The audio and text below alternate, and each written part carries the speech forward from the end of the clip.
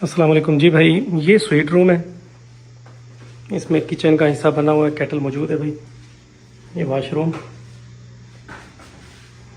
Dryer लगा हुआ है, वॉशरूम एक्सेसरीज पड़ी हुई है, टिशू,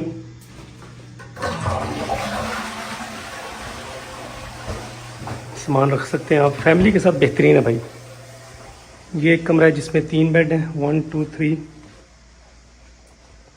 बेहतरीन साफ़ सुथरा, टीवी लगा हुआ है, कबर्ड भी है, सिटी व्यू।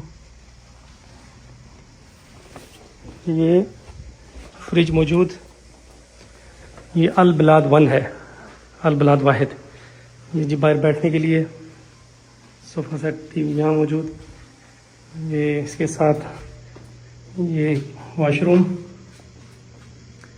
ये रूम 4 बेड, 1 2 3 4, 7 बेड ये हैं।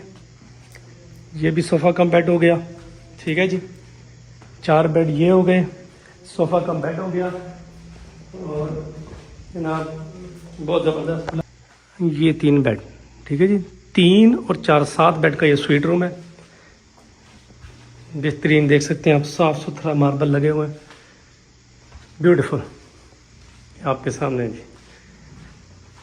इसे स्वीट रूम कहते हैं जी। शेयरिंग में भी हम इसको एडजस्ट कर सकते हैं, और स्वीट रूम अगर 7 लोगों की फैमिली है, 8 लोगों की फैमिली एडजस्ट हो सकते हैं।